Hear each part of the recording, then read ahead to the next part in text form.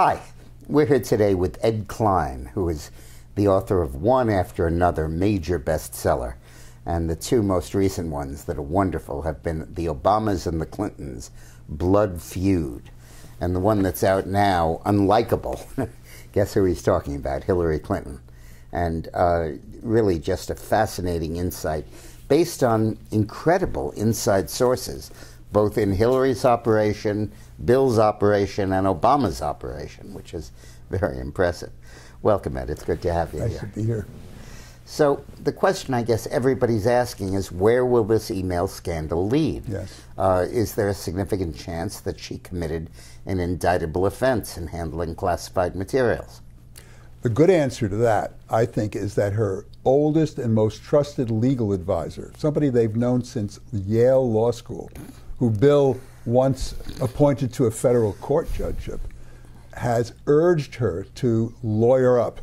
He says that she's not taking this seriously enough, that the FBI is more than likely to come down with an indictment unless she gets a criminal lawyer to get in there, start talking to the prosecutors, and see what, if anything, excuse me, can be done to prevent this from happening.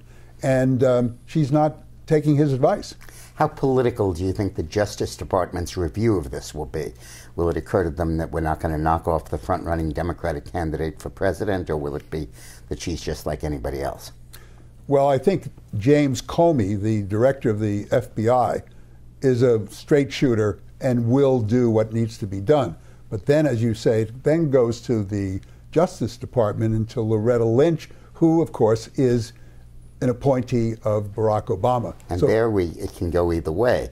Will Obama encourage the investigation or do nothing to stop it on the grounds that he is for Biden, or will he stop it on the grounds of protecting a Democrat? My feeling is, based on my reporting, Dick, that the animosity between the Obamas, and I'm not talking only about Barack Obama, I mean Michelle Obama and Valerie Jarrett, their chief political advisor, is so deep that I don't think he's going to discourage Loretta Lynch from going ahead and impaneling a grand jury.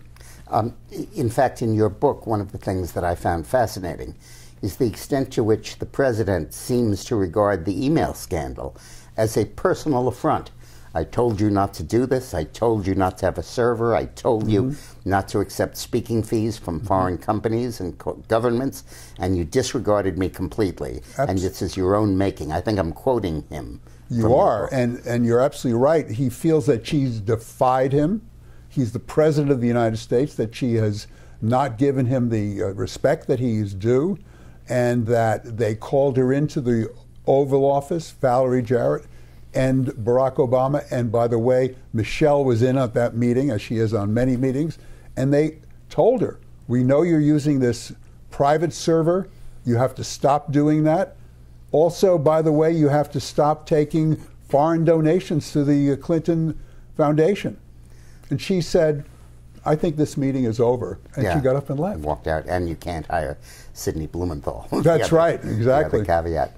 Of course, the other issue that I think is important here is that if they do not indict Hillary Clinton for taking reams of material that should have been marked classified, but was in fact not marked classified because she was the one in charge of marking it. Exactly. Then aren't they opening the door to permitting any federal employee to take any document about a foreign government that should be classified? And if it's not stamped classified, he can stand on a street corner and hand it out? Well, that would be the implication, of course. But I'm wondering if that will even occur to them when it comes to the question of, do we indict her or don't we indict her? And what is the implication of indicting her? For instance, if she is indicted, I mean, that's the end of her run for the presidency. But who's going to take her place?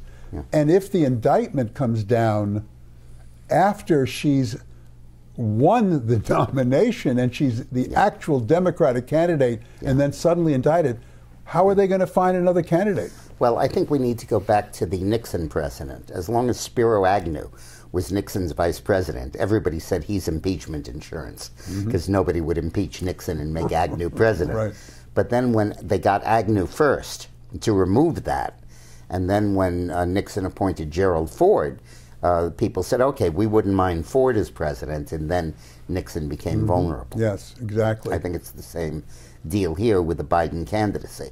I think that if Biden is in there running and piling up points, people might feel freer to indict Hillary Clinton. I think that's true. If not motivated, at least freer. Yes, I think that's absolutely true. And indeed, I think the Obama administration sees Biden as an extension of the 2 terms that the Obamas have had, and that Biden, in return for the support he'll get, will be a good soldier, not exclude the Obamas from participating in the future of the Democratic Party. Right.